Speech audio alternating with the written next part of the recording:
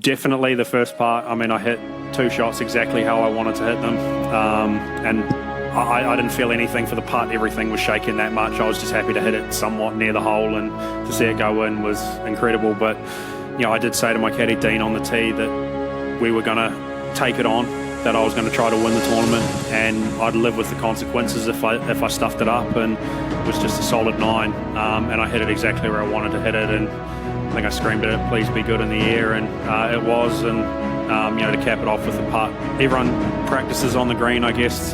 You've got a putt to hold a major championship or to win the Open. It's not like that in real life. It's not a very comfortable feeling, but it's certainly very enjoyable when you see it go in. No time at all. You dream of a putt to win the Open.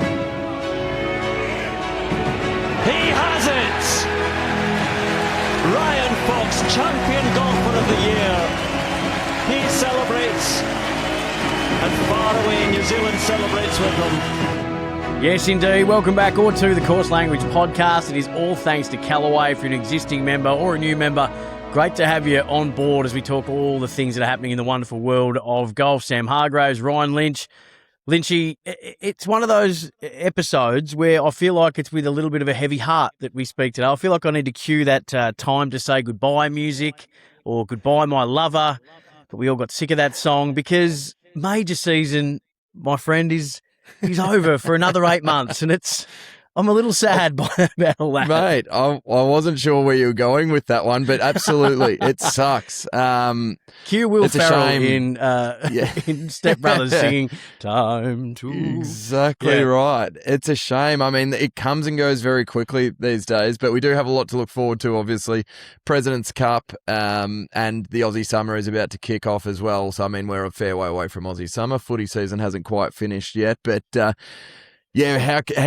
what a better way to close out a major season than with Ryan Fox, mate. But just unbelievable scenes. Couldn't have consumed more content throughout the week. Very blurry-eyed, very, very tired. Even had to fight off a bit of a cold with the World Cup on. I couldn't turn the TV off, and there was just too much sport. But I'm just so stoked for Foxy, mate.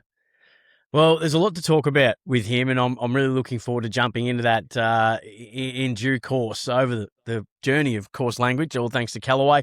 But have you been having a hit this week? I played last week. Nothing startling. Played with, in fact, did I say was it on last week's episode that I played in a 5-ball? I can't remember if I said that. No. Okay, no. So... I mean, we played in a 5-ball, actually. Myself, Connor McDade, Alex Benjamin, my brother Steve, and Jordan Haynes, the man I went to Europe with. So that was my last game, last Thursday. We got around in 3 hours and 45 minutes, so under 4 hours in a 5-ball. Had a great day. I doubled 17, ended up shooting 2 under par, which was enough to get my lunch bought for me by the 2 losers. So happy days for me, mate. But I did go out and start to do that challenge that I set for you today. I now at a kill. One of us did. I was going to ask you, mate, but so I made 250 3-footers and missed 3 of them in that time. So. Little bit out of the golf, 250, not much. hang on. Hey, whoa. Don't just slide past that with all your humility and all that, which sort of get a little annoying after a while. Hey, No. So 253 foot and you missed only three. That's 3. Yeah, 3 of them, yeah. How long absolutely. did it take you? Well, the first 100 I did with my full routine after speaking to our special guest last night, which we'll get to. But beyond the 100, I thought I'd just start rapid firing them. I mean, I was out here to just get the numbers done. It took me a total of 40 minutes. Like this is the thing. It doesn't take that long to hit 3-foot putts. Right. I mean, you got to make them, obviously. But 3 of them slid by, and then you just pull the ball back, go again, and walked away. Hold 250 for nothing else. It's good for the psyche. So this is our Course Language draft where we have our producer Nick prepares a couple of players that we get to choose from. We just have to go back and forth, taking in turns, schoolyard rules, who gets to pick after who wins the toss. And the loser gets set a challenge by the winner. You set me a challenge of 250 3-foot putts. I have completed 12. It was 500. Yeah. Oh, jeez, it was 2. It was 2 practice sessions. Can I Yeah. just tell you, I've done 12 because I did it in the warm-up for Saturday comp, and I've already missed 3. So you missed 3 out of 200. I've missed 3 out of 12. Well, that Oh, shows dearie you. That me. shows you. That's what we have to get to. You know, this is a 99% make rate is what it's supposed to be. So I'm actually behind tour average there. But look, you can rattle them off. If you're missing 3 out of 12, you got to do more of them. I might have to set that bar a little higher, mate. We might have to get to 1,000. But it's not as long. It doesn't take as long as you think. Just get down there. As I said, put a towel down. I did do a bit of a time capture. Took me 6 minutes to make 50. And put a towel down under your feet. I did 5 points around the hole from 3 foot, so I was at least hitting 50 putts from the same spot, but then the break would change slightly with the next one, the break would change slightly for the one after, and so on and so forth. But it really doesn't take that long to get out there and get your putting in. That is, short range putting gives you a really good feel as to whether or not your putter face is square. And it's just nice to see the ball go in the hole. So I implore you, get down there, Sammy. We've got a game of golf tomorrow. We need you making all of these. But have you been out on the links, mate? Look, I played Saturday comp at Chelt for the first time in a while, and it was great because Matty Meredith, who's the boss of Callaway on these shores, was out of action for a while with a bit of a health scare, and he's all clear and recovered remarkably. And he came back to golf a couple of months ago, and we haven't actually been able to play. Can you do? No, I can't. So I got to play with him for the first time on the weekend, and we had a great day. His best mate Moggo was down from Canberra. His other best mate, who's a good mate of mine, Peter Lay, played with us as well. So it was just one of those really good days where I couldn't, I didn't even know what I'd scored until we came off because I wasn't really paying attention because we were just having a couple of beers on the way around, having a lot of laughs and great time with great company, and every now and then a great golf shot. But look, it was an okay day, 33 points with 4 wipes. Okay. You know, some duffed chips on a couple of occasions, and just some of those silly mistakes that you make as a 13 handicapper. But it sort of didn't really cross my mind at any point what my score was, just because it was such a joy to be out there with in that great company. So it I wasn't surging up a leaderboard, Bonnie. And we do the dollar coins. There's a group at Chelt that do this, and it's a bit of fun too because you walk into the clubhouse afterwards. It's just a dollar coin, so everyone's got their bag of change, and it's just if you did someone, you get $1. If they beat you, you give $1. So everyone sort of walks around just giving out dollars. And suffice to say that I didn't have many dollars left. It was such a good points day. is all right. You must have taken a couple of dollars off some people. Look, I took about $3 and gave out several more. So, all good fun though. Now, all in the tips this week, my friend. We got to see. Oh, you could do any number of these, but we watched the short game be so pivotal to what took place at Royal Birkdale, and no one's going to forget Ryan Fox having to actually concede distance to the pin. On 17. 15, I believe it was. Par 15, 3. sorry. Yeah, when he had to chip backwards out of the sand. That'll live on forever, just that kind of course management. But you've got a bit of a chipping drill that you wanted to go through with us? Yeah, well, this is one just similar to the 3-footer. We'll film this. We've filmed this. We'll put it up on our channels, obviously. Get to them. We did a bunker video last week. This one's just your basic chip shot. So find a nice lie, maybe 2 or 3 feet off the edge of the green, so from the fringe, and get to the closest putt or closest pin you can. And this is just about taking some sort of lofted wedge, not your highest lofted wedge, but maybe a pitching wedge, maybe a gap wedge, and you're just trying to fly the ball onto the front of the green. And the objective here is actually to hole a couple of chip shots. So maybe a 10-foot chip, maybe 15 feet, and you're going to put down 5, 10 balls. You're not going to worry too much about the speed that it's sort of moving. You'll get a feel for that anyway. But the objective is to land the ball on the front of the green, trundle it out, and just try and make some chip shots. Once you start practicing making chip shots, I promise you, it'll get into your psyche, and you'll make one on the golf course when you're not ready for it. But it's just a really good way to build your awareness of touch, strike, feel, and that ball sort of just coming off the club face, using the loft of the club to get the ball in the air rather than trying to lift it in the air. Do you operate on a if you're this far from the pin and you're looking to hole, and depending on the club, so if it's a lob wedge, then it'll go half again the distance that or double the distance. Like, so it's sort of 1 to 1, and then if it's a 7-iron, it might be 1 to 5. Do you work on that kind of ratio when you're lining these up to make sure you're not, scorching but past the hole? How do you manage the distance requirements? Yeah, so I think this is more like long putting. You're just going to get a bit of a feel for it. I don't have a system that I take it back to 10 o'clock and then through to 11 o'clock or anything like that. It's a feel thing. Sometimes you want to set your practice up so as that you are trying to make this, and this is what this drill is. Other times you might not even aim at a pin and you'll just be working on your landing position. So you might take 10 balls, put 2 alignment sticks 5 feet out from off the green and try and land 7 balls inside that meter to where you're actually practicing your land point. Some people are spot chippers. At a lot of times, you'll sometimes go through a stage where you can really see where you want to land the ball. Other times it's just a general feel for the rollout. I've gone through different stages of wanting to land it in certain spots versus feeling the speed that I want the ball sort of traveling as it reaches the hole, which is always ideally, obviously, dying speed.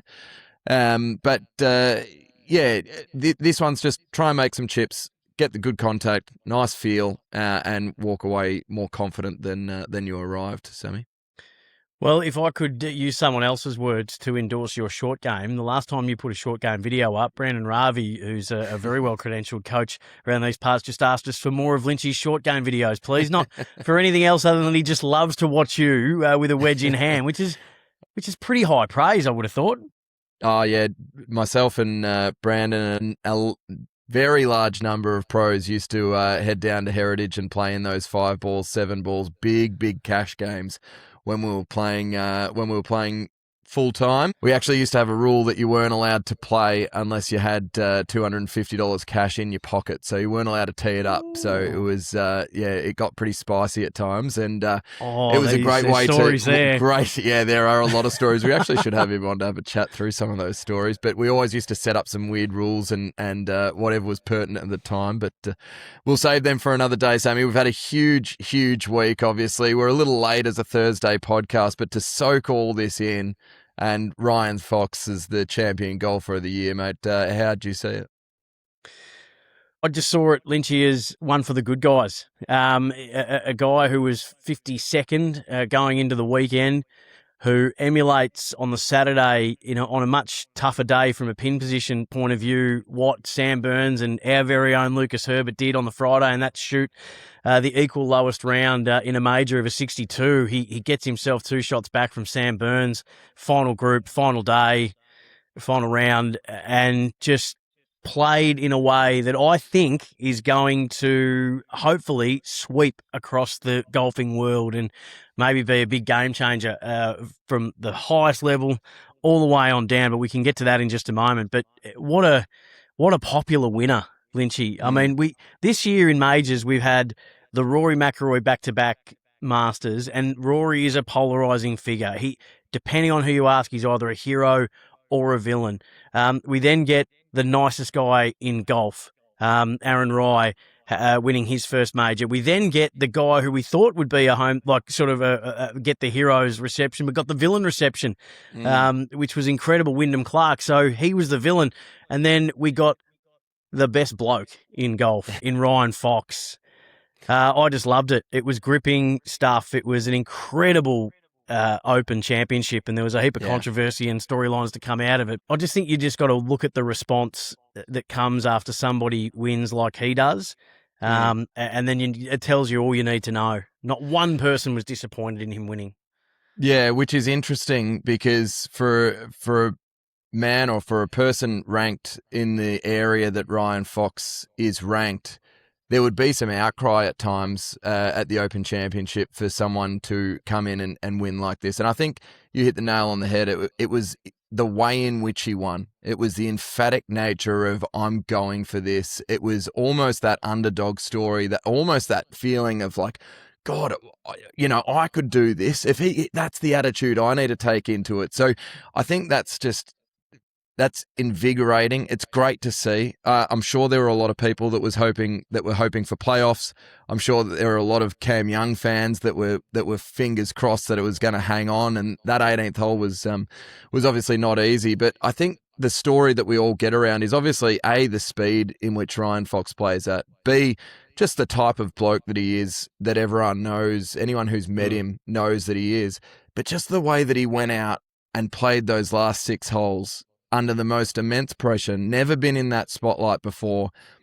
And he said it in multiple interviews since that he didn't know if he was ever going to get a chance at a major ever again. He certainly didn't know whether he was going to be in a final group again. He certainly hasn't done it before. So why not go out there and just go for it? Which is, it's so easy in professional golf, given that there's still a great result to be had. If you finish top 5, you're locked into all the majors, you're guaranteed to all this, you're in for a huge paycheck, and you can easily go out and play not to lose. Whereas Ryan Fox went out and played to win. And I think that's just an endearing quality. As I said, the speed in which he plays and just the fact that he went out and birdied a hole that had only yielded 4 birdies for the entire rest of the day. Hats off. And he said, obviously, in a few interviews as well, he would have taken his career back when I was playing with him very regularly on the Australasian Tour. He had some great words to say about the Australasian Tour as well. But he would have taken his career back then before the Open Championship. He now becomes the 4th Kiwi to win a major, including Lydia Ko, Michael Campbell, and Sir Bob Charles. Stephen Elker, I think, has won a senior major as well, but yes, that nonetheless, Foxy couldn't be prouder, couldn't be more happy for a bloke like that. And I think, unfortunately, with the way that the PGA Tour is kind of set up at the moment, we're going to see more of these late international bloomers.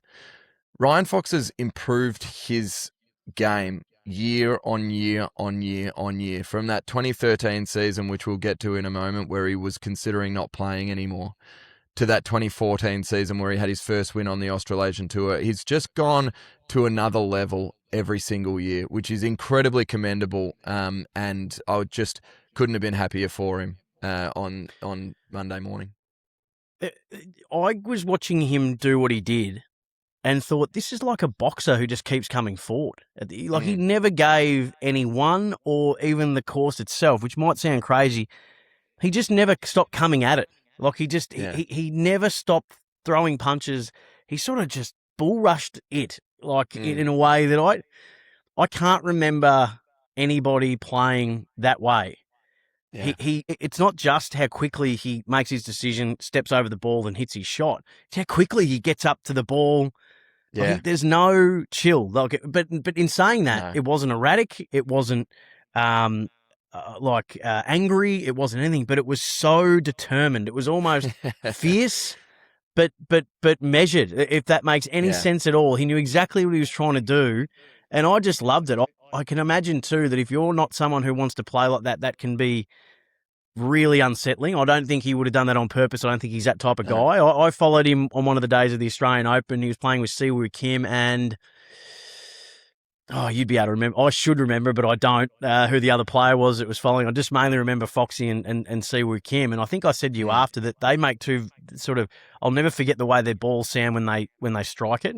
Siwoo Kim's makes this like the cleanest ever, but Foxy's just he's a doom.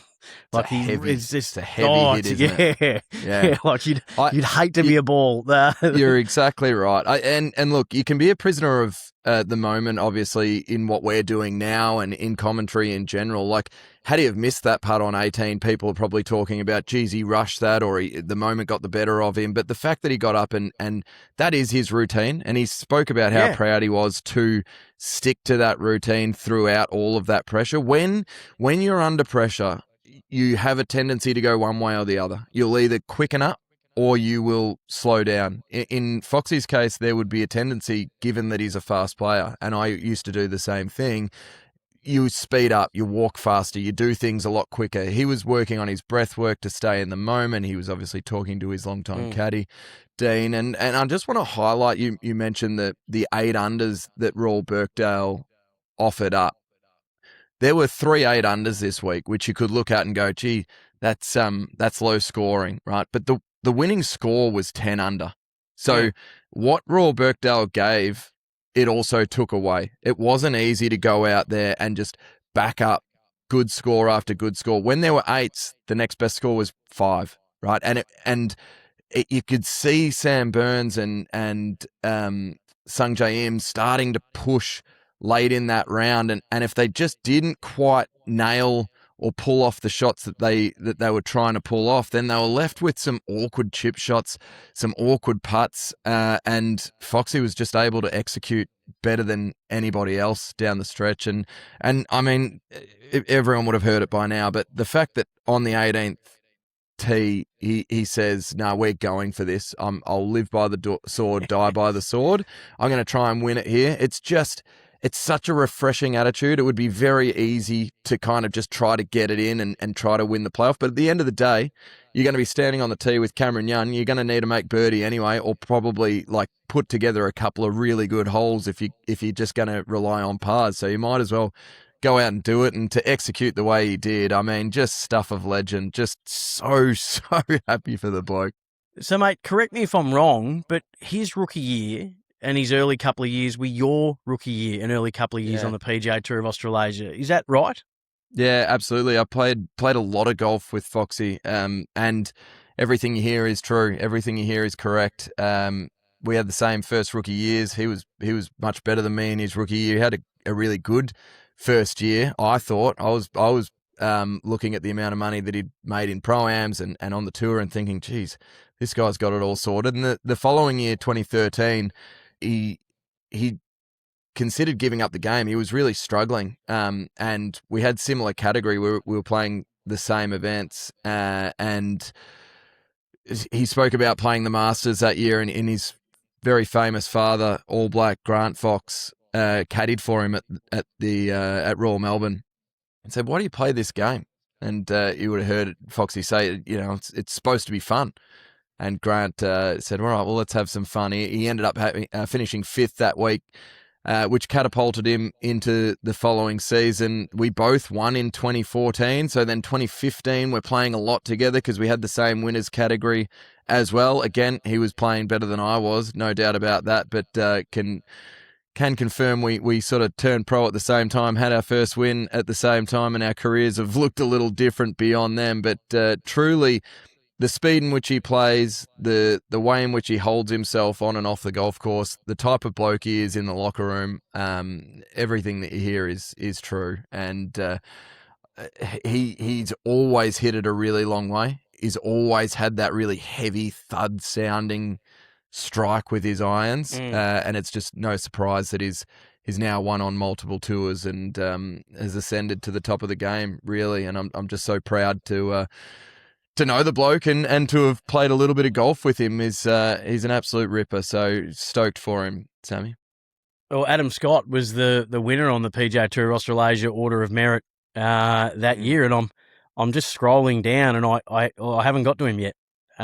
So it just goes to show he came 27th on the Order of Merit. Mark Leishman was just one above him. Matty Goggin just ahead. So it really interesting what it's happened from 2013 to now. And one of the things that stood out to me following him is there are no airs or graces. Like, I think a couple of times his caddy was good enough to chat to me and tell me a couple of things, and we had a quick little chat, and he sort of chuckled. Like he didn't, because he was on mine on the job, and I was pretty careful not to get in the way. But he was sort of chuckled away, and sort of, he wasn't in it, but he wasn't out of it. He wasn't above it, or you could just very much tell the way he carries himself that this is a guy that just doesn't think he's anything else other than someone who plays golf, and you can't help but get around a guy like that.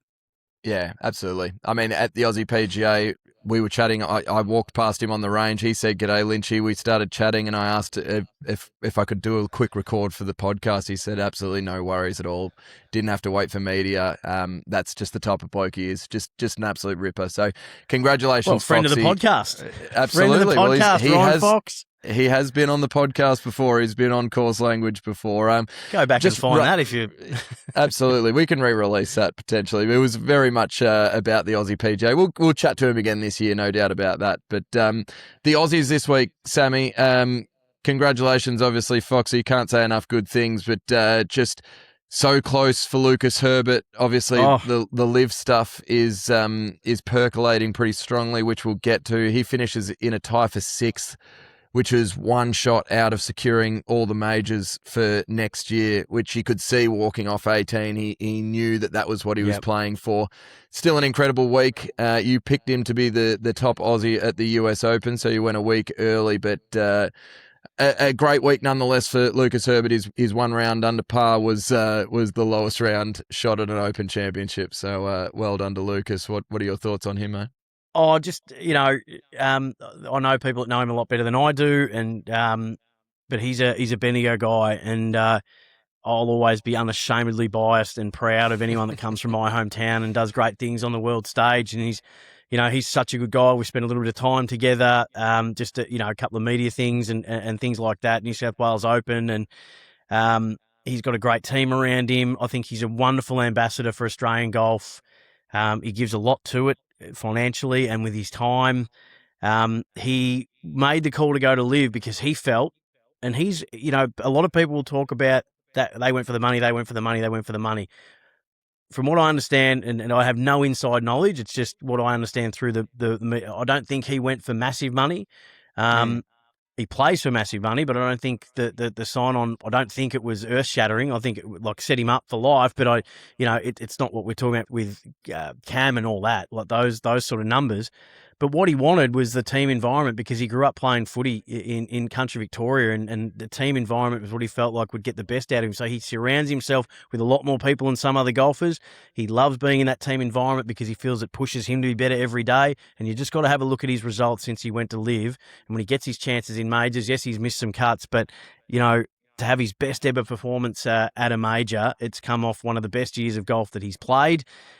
Could not be happier for him and prouder of him. And gutted that last putt, that he felt it when he was shooting for the record. It was there. He'd made much harder putts than that through the day. Yeah. It cost him a record, but I think he won't care about the record as much as he'll probably care about the qualifying for all majors. But he will be at the Open next year at the old course in Andrews. And I reckon he'll find his way into some others. I just think that there's a big year ahead for him. Rap for him. Yeah, he's gonna have to do it through the DP World Tour probably, which is what he looks like he's setting his sights on, depending on what happens with Liv.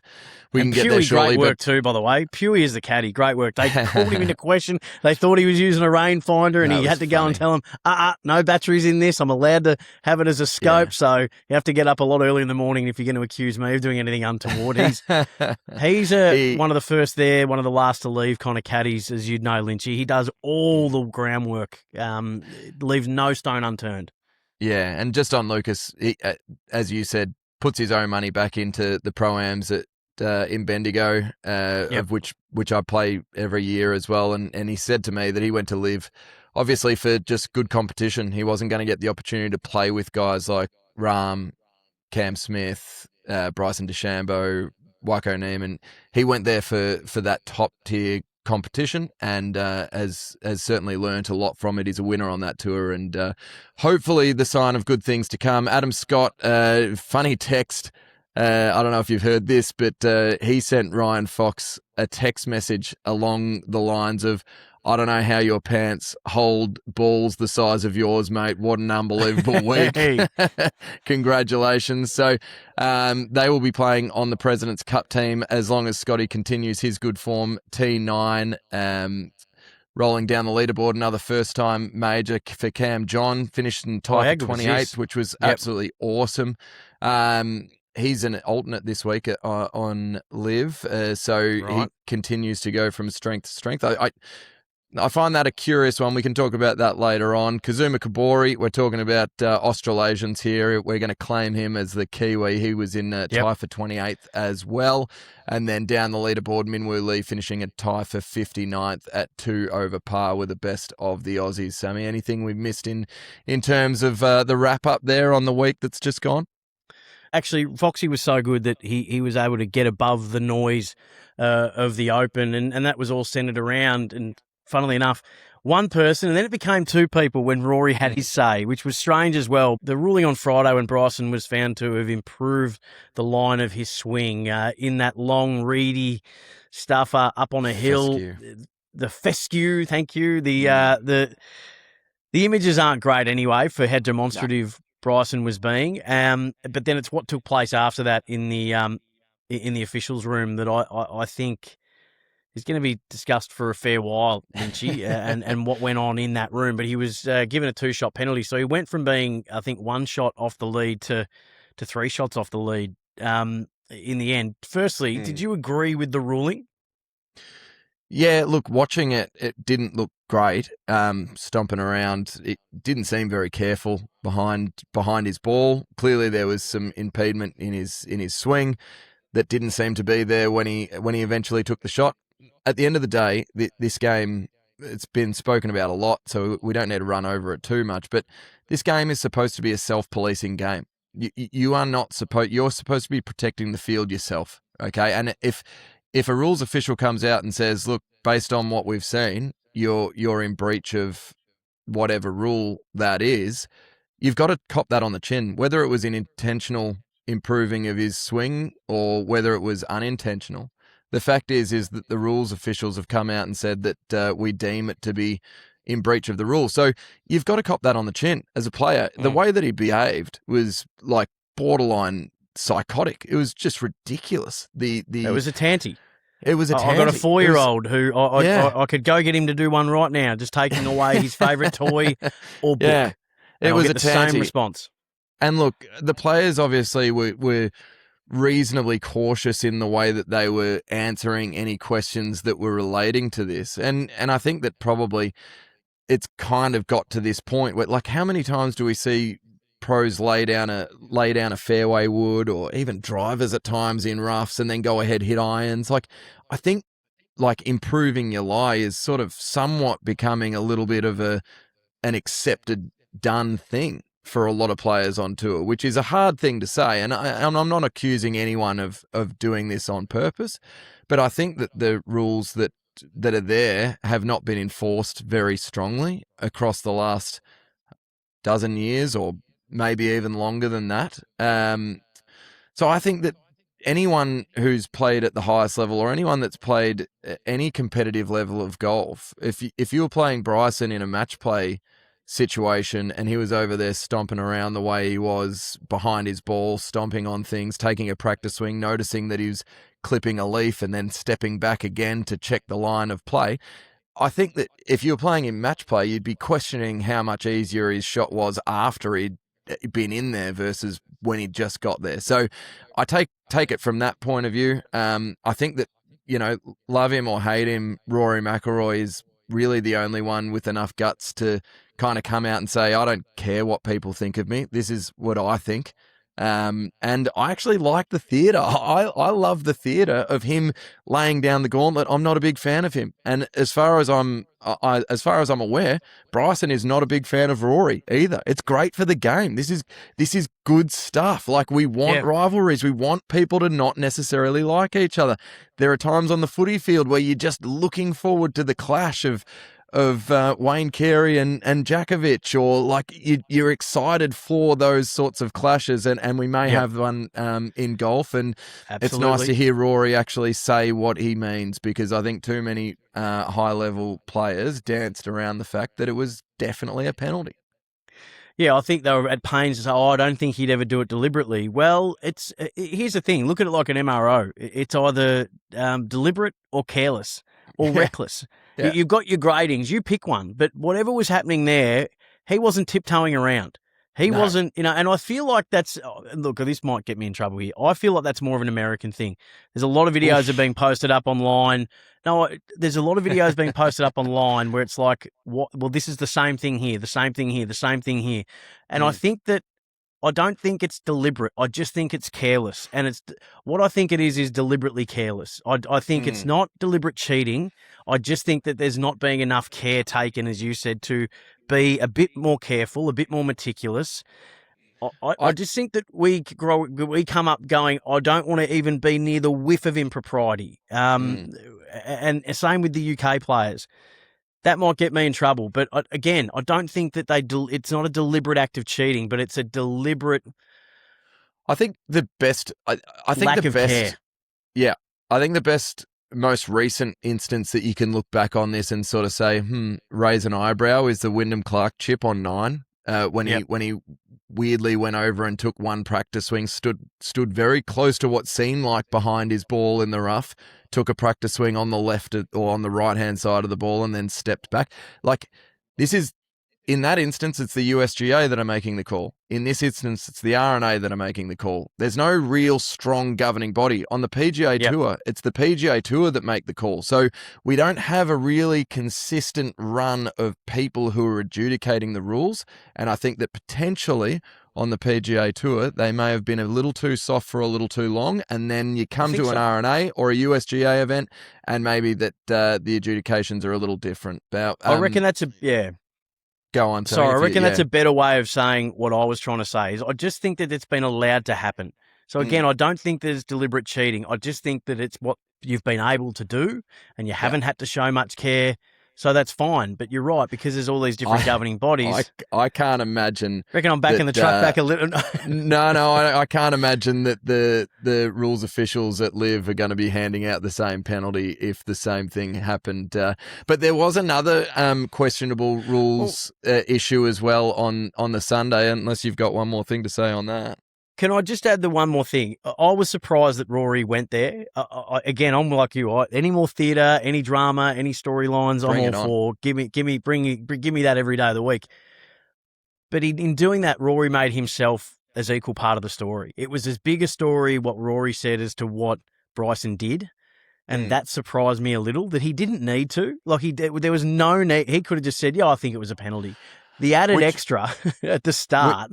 That was unnecessary. I was surprised.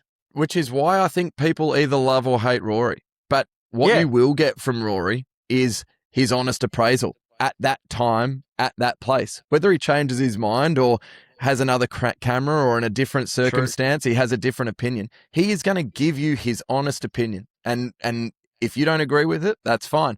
But he gives you his honest opinion every single time. Now, a man who didn't give his opinion at that time, which was more than fair enough because he was a little bit more in the event than what Rory was Scotty Scheffler, who had his own issues on 17 and got a very favourable ruling for TIO after hitting it in the hospitality.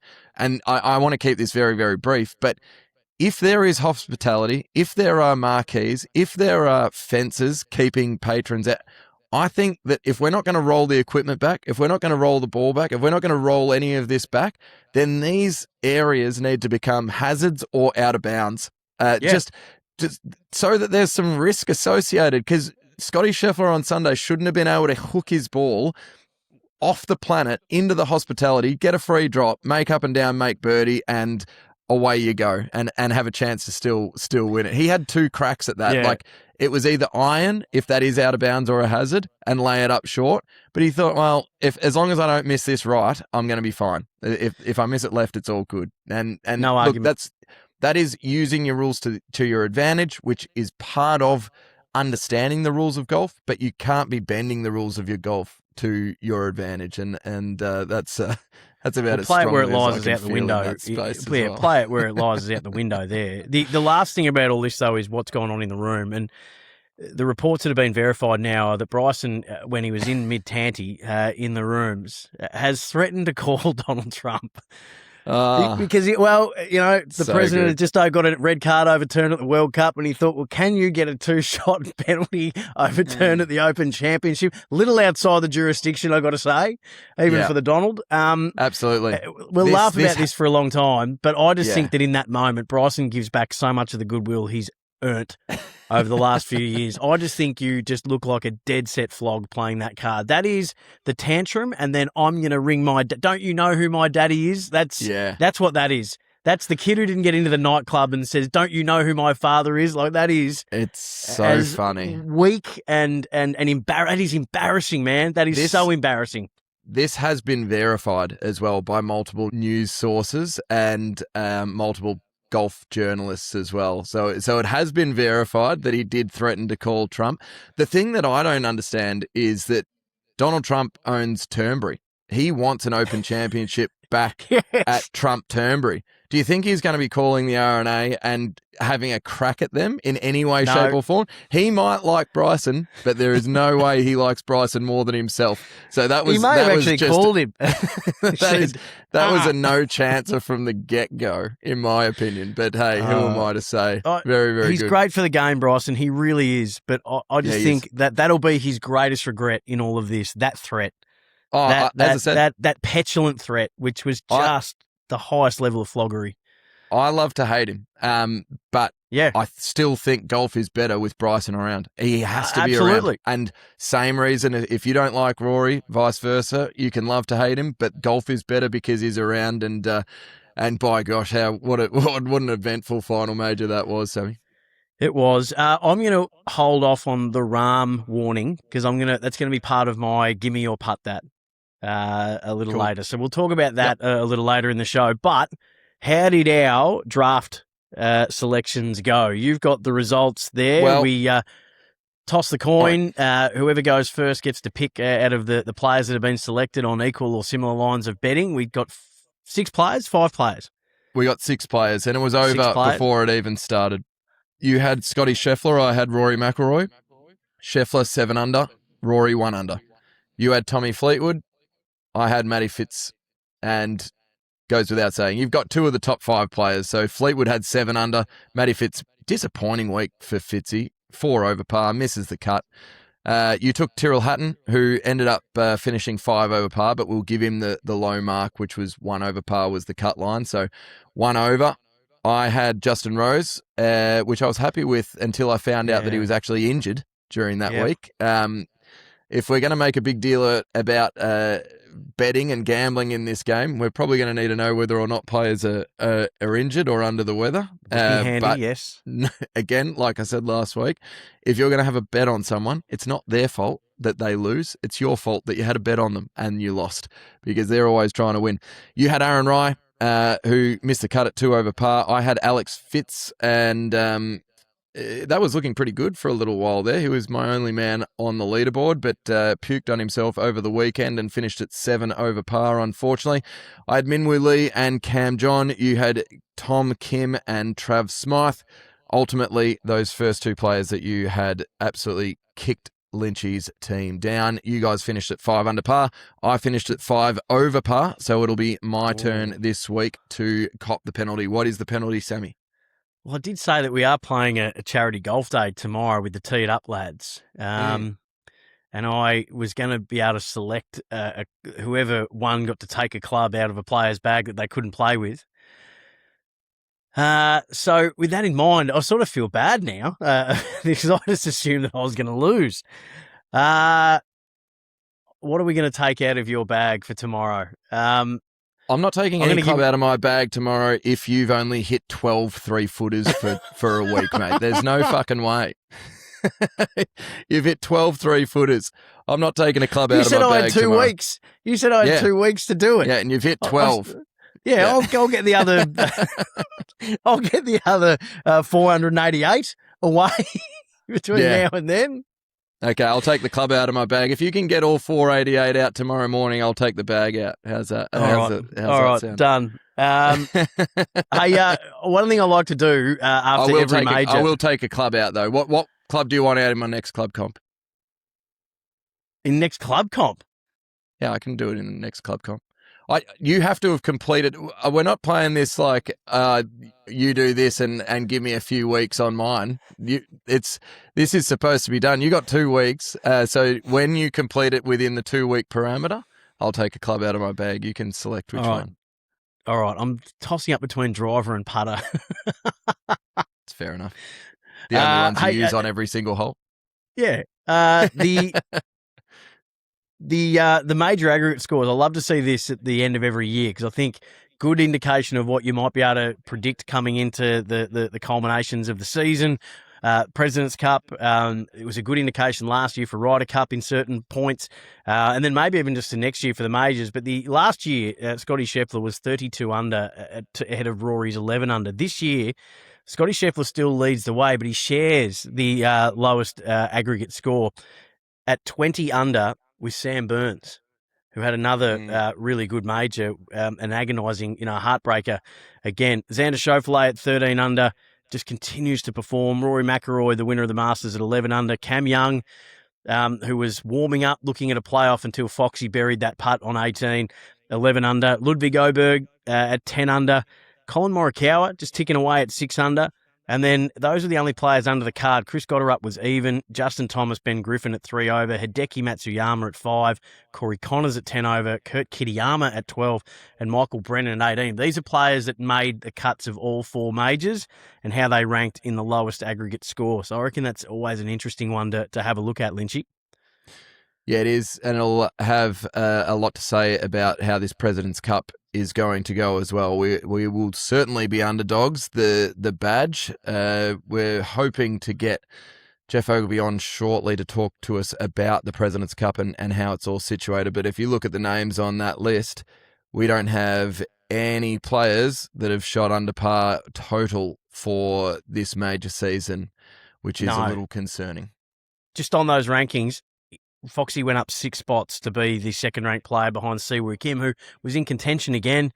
Siwoo, Minwoo Lee, Hideki Matsuyama, Tom Kim and Corey Connors are the top 6, and then Adam Scott, Nico Echevarria, Jason Day and Rio Hitsatsune. Casey Jarvis and Nick Taylor may round out the top 10 on the international side. Corey Connors is confirmed to play the Aussie PGA, I believe, as well, which is awesome. That's a good get. Yeah, really good get. That's a good get. Scotty Scheffler, Cam Young, Russell Henley, Sam Burns, Ben Griffin, Colin Morikawa, Chris Gotterup at the moment, ahead of JJ Spawn, Wyndham Clark, Justin Thomas, Xander, and Akshay Bhatia in the 12th current spot. That's our next thing to look forward to, Sammy. The President's Cup. It certainly is. Should we get into a scramble? Yeah. Go the Shield. I don't want a piece of you. I want the whole thing. I'm a great scramble partner. I don't want a piece of you. I want the whole thing. Yeah, I did a few things here and there. Just before we do the 3M this week, just quickly, Scotty Scheffler was asked about rivalry in golf and said the golf course is his rival, and that's all he wanted to add to the Bryson and Rory conversation. Always the straight bat from Scotty. Absolutely. Fair enough. Just the biggest thing that's happened, the Asian Tour, which for many was a way to play themselves into majors and into the Live Golf Tour. That partnership had been a pretty strong one over the last couple of years. Well, another big blow for Liv Lynchy. The Asian Tour, the strategic alliance announced between it and the DP World and PGA Tours. It's just another nail. Is it another nail in the coffin for Liv, or does this have no bearing on what may or may not happen there?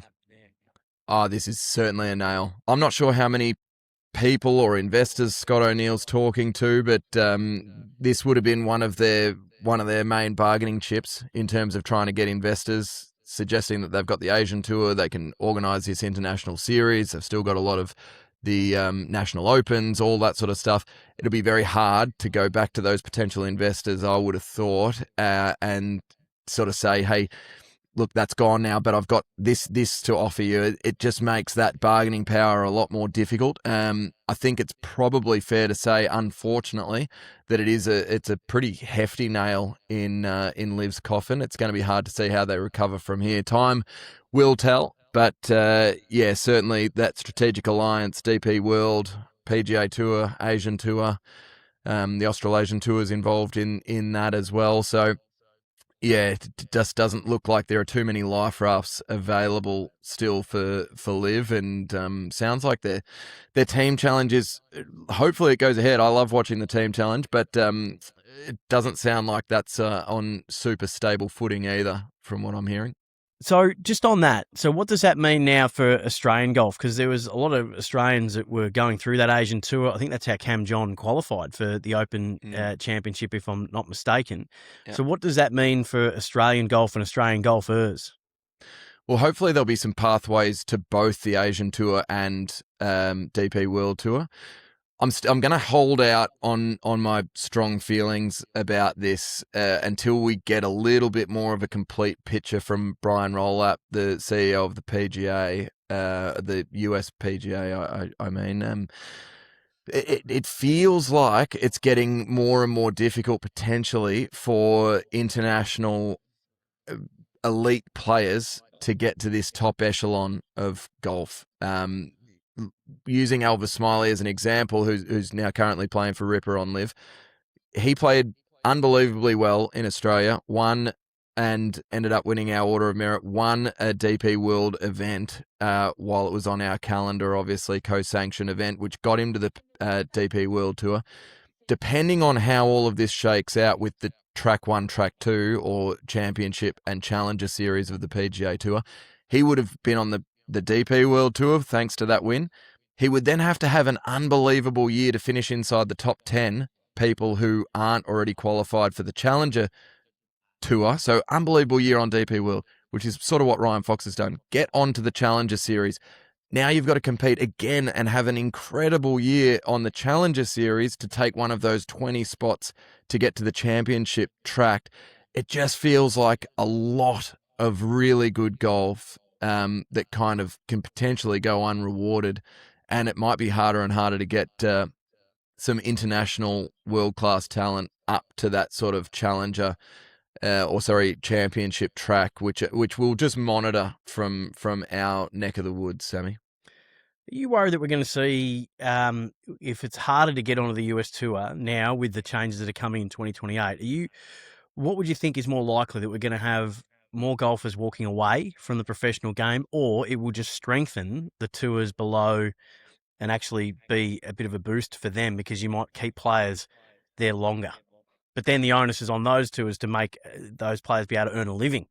Exactly right. That's what it comes down to is the dollars and cents. Is okay, yeah, you'll have a stronger tour for sure, but that just makes it even harder to break out of that tour. You have to be the elite of the elite, and traveling around on the DP World Tour right now is not super financially equitable. Like you're playing hugely improved competition, and you're playing probably for less prize money. It's hard to drum up enough sponsorship dollars when you don't have the household names, or when you're playing as a second tier. Have a look at the Corn Ferry Tour versus the PGA Tour in its own country in the US, and have a look at what they play for and where the sponsorship dollars go. You're asking a lot of sponsorship dollars to filter down to what looks like, Challenger, DP, Asian Tour. Obviously, hopefully these countries and these tours will be able to drum up the sponsorship dollars to keep the economic system down underneath those top tiers floating. But time will tell. As I said, I'm going to kind of hold back some strong thoughts until we get a bit of a better picture of what's going to be happening in 2028. But my gut feel at the moment is that it's not going to be it's not going to be as easy as it once was to get to the highest level in this game, even though it is still a meritocracy. You don't have the opportunity to go to Q school and get straight on the US Tour, and you don't have the same volatility. You don't have the same amount of guys from the US Tour or that top tour actually falling out completely. Now, pros and cons to people falling off the US Tour and having nowhere to play versus playing at the highest level and then falling down to the next stage. What's more fair? Don't know. We'll wait and see. But yeah, a little bit concerning at the moment, Sammy. Our schoolyard rules tipping every week, our draft for the upcoming events. We're going to just go in teams of 4 this week. The 3M Open on the men's side, the LPGA Scottish Open on the women's side. Good field assembled for the women's Scottish Open as well. They've got their Open Championship not too far away too, so again, a great lead into that event. I need to get a coin to toss. Let me dig into the bag here. What have I got this week? All right, here we go. Cathedral marker, because I thought I'd lost one the first time around. You get your name engraved on it when you go up there. I've got 2 of them. So heads will be Cathedral. Tails will be Sam. Now, did you get the call last week or did I? You had the call last week. It's back to me. All right, your call. Ready? Yep. Cathedral. Sam. Tails it is. So I will go very first. good. All right, Okay. who am I picking out of? So we've got first cab off the rank. So Scotty Scheffler for the 3M this week is paying $3.30 to win. Shows kind of a lot of players are taking this week off. But we've got first matchup is Mav McNeely versus Kurt Kitayama.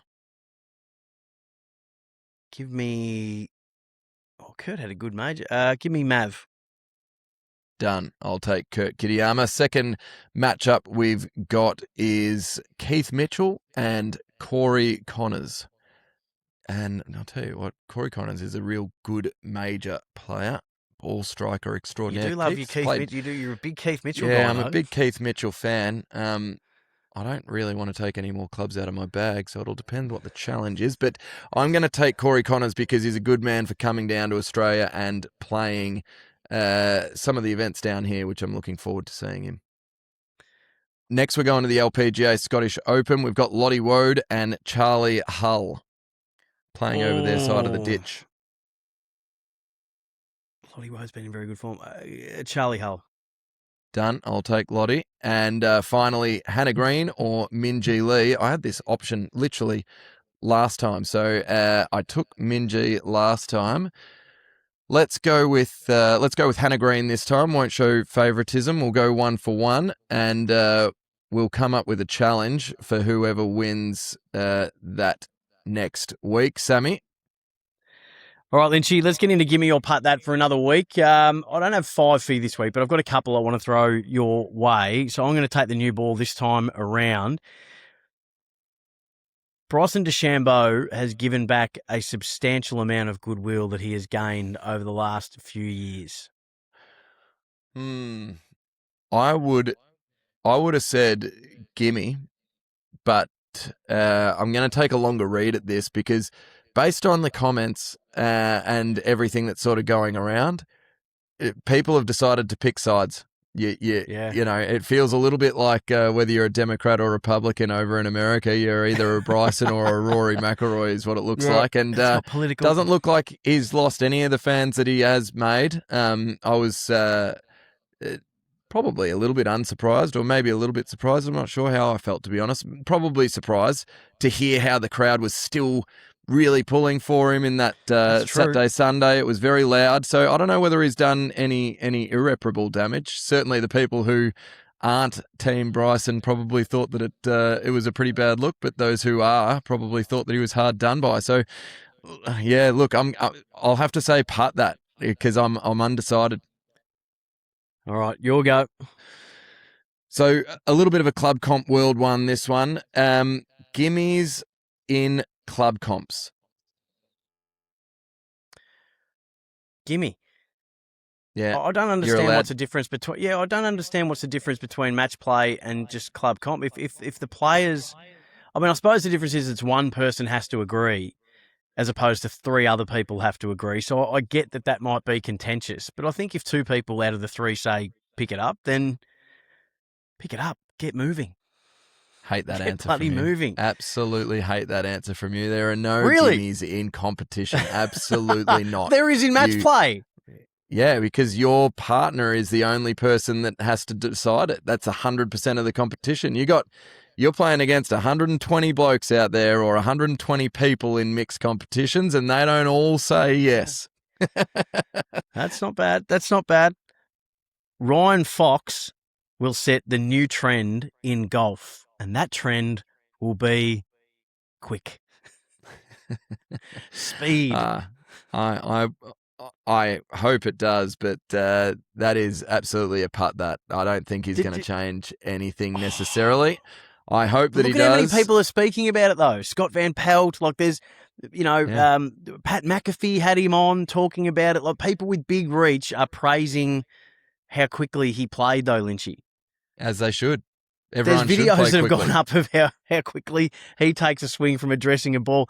There was a video I saw the other day that how many times can Ryan Fox swing a golf, have a shot in the time it takes Patrick Cantlay to have one, and it was 6. Yeah. From addressing the ball, 6 times he got a shot away before Cantlay had one. 6! Yep. No, it's not. I wish it would, but I don't think it's going to change anything. Patrick Cantlay's not changing because Ryan Fox won a major and Patrick Cantlay hasn't. Everyone else might.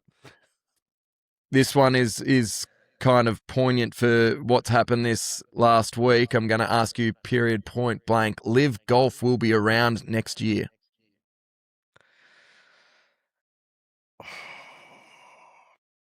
Putt that.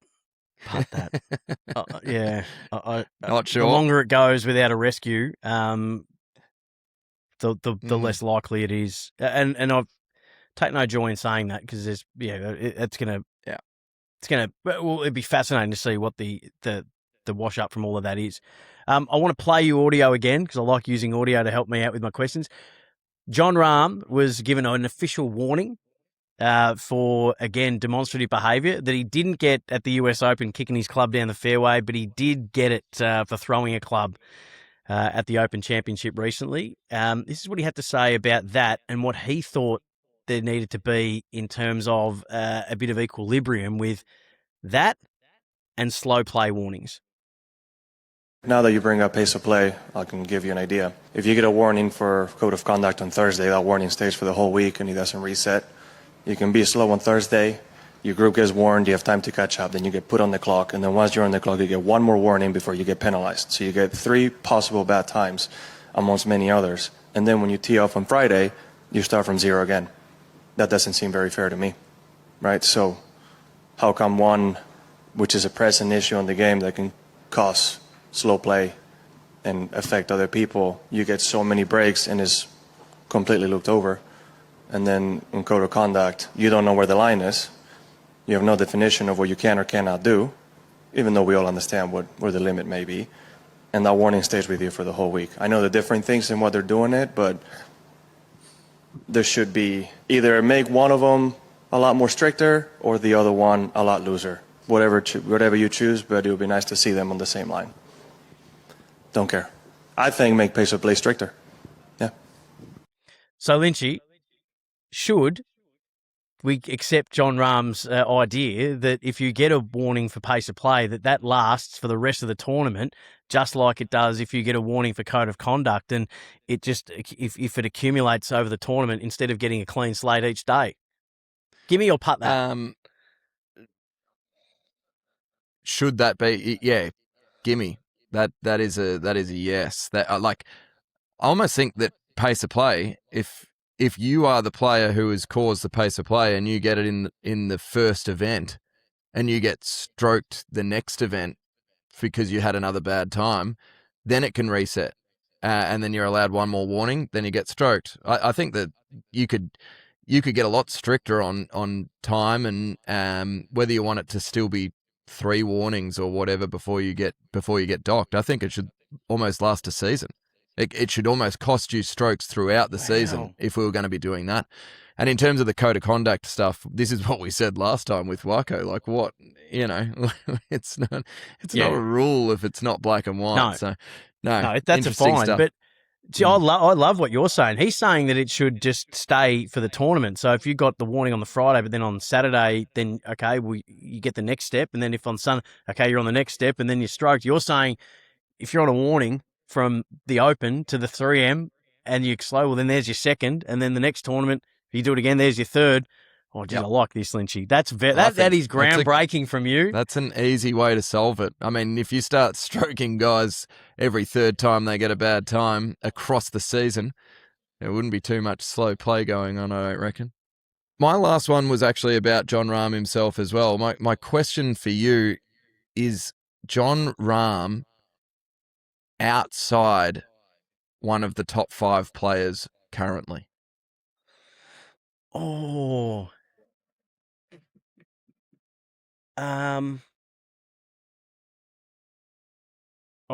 Without looking at the rankings. Well, he won't be in the rankings because No, I know. Well, he's OWGR. It's more a gut feel, a bit more of an eye test. You could go to Data Golf maybe to get his actual rankings, but I'm going to right say now Putt That. as a player, yeah, Putt That. yeah, Cam Putt That. I still think Young, Scotty Scheffler. You reckon he's still inside Rory. that top 5? Rory. Yep. Yeah, I do. Okay. Yep. Like Callaway's own, man. No, no, I still think he is. I think, and I think it wasn't that long ago that Data Golf had him in the top 2. So, analytically, Finished second in a major this year at the Sammy, PGA, but Yeah. otherwise Yeah. hasn't shown a great deal of form in the events that he's played that are against everyone else. But there was a question for you, Sammy. Not to last one. me. This is just a run of the mill one. You should be able to change your driver settings during a round. No, Putt That. No, can't change them during the round. Is it really an extra club, though? I mean, hang on, I went from neutral to +1. Oh, it's not that. It's you know. Look, I don't think it's a huge deal, but I guess you could. Yeah, look, I could go either way on that, but don't change your equipment. It's not going to help you anyway. I promise you, Fair enough. Not going to help you anyway. The mulligan this week, Lynchy. This is you're bringing this one to us that you found.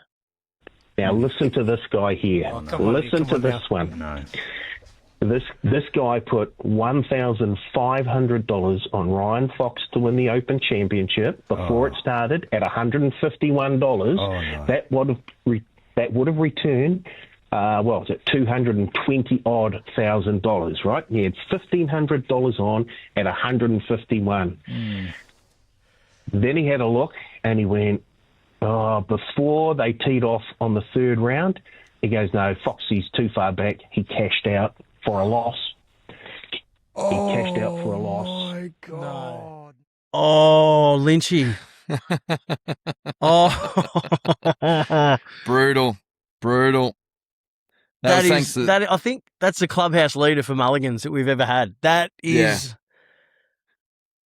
That person will never get it, like, responsibly, of course. We're not promoting it or anything like that, but my goodness. That was all thanks to Sports Nation, Scotty and Izzy in New Zealand over there. $1,500 on this at the start of the week on Ryan Fox at 151 to 1, cashed out for a loss. Never cash out, Sammy. Never cash out. You've had a crack goodness at me, it. that's. I'm actually like I'm my whole body's gone into a full body cringe. He might have been the only one with Cam Young hoping that Foxy didn't make that putt in the entire world. Dearie me. Oh my God. Course Language Confessional time, Lynchy, and we've got a very special guest joining us for a bonus episode of the Course Language podcast, thanks to Callaway next week. We caught up with him last night. We're back at Kingston Heath this year for the Australian Open, which is fitting because that's where he completed the first back-to-back Aussie Open victories since Greg Norman many years earlier. Aaron Baddeley, who won as a rookie, ran as an amateur, and then did it again as a pro the year after, had a chat to us last night, and what we thought for this week's Course Language Confessional, we would play you the one that he gave us in the chat last night. And this is for your funniest, your most embarrassing, the most amazing thing that you've ever seen on a golf course. It could be any one of those. I'd say a funny, sort of embarrassing one was I'm playing, I think I was the group in front of Tiger at Doral at the World Golf Championship, and I go to the bathroom on like the 12th hole and my fly breaks. So I'm playing Sunday and my zipper is just busted. And there's nothing I can do. People are yelling out from the crowd, hey, your zipper's down. I'm like, I know that. That is awesome. I'm like trying to walk sideways. I don't know what I'm trying to do. Like, how many toilet confessionals do we get so Course good. Language? I sort of want to go back and YouTube. I want to go back and find the YouTube of that tournament, which is a bit weird to say, and just see if you can see his fly hanging out. Actually, now that I've said that out loud, I almost want to edit that out. Got to hang that on. Got to hang that on, mate.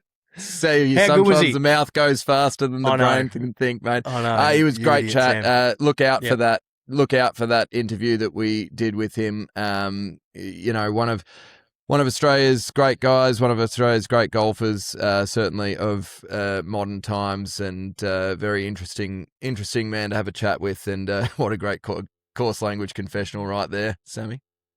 Don't forget to, at Callaway, buy one of these. Get a box of these. That's the deal going on at the moment. Actually, not the Minwoo Chef ones, the Chrome Tour. Buy a Quantum Driver from Callaway. Get yourself the Chrome Tour golf balls, a free box of those. If you buy 8 pieces of the Quantum gear, Callaway throw in a bag to keep it. If you're shopping Travis Matthew or OGO on their websites, use Course Language 20 at checkout to get yourself 20% off on those. Lynchy, another joyful episode, albeit a bit melancholy because it's another 8 months to the next major. But we do have plenty of great golf to come. Tour Championships, the PGA Tour of Australasia. So I'm doing one of the New South Wales Open regional qualifiers next week. So we're already gearing up for a big PGA Tour of Australasia summer. And, of course, the President's Cup to come as well, mate. And don't forget, what happens on course plays on Course Language. Go the Shield. Hit him well.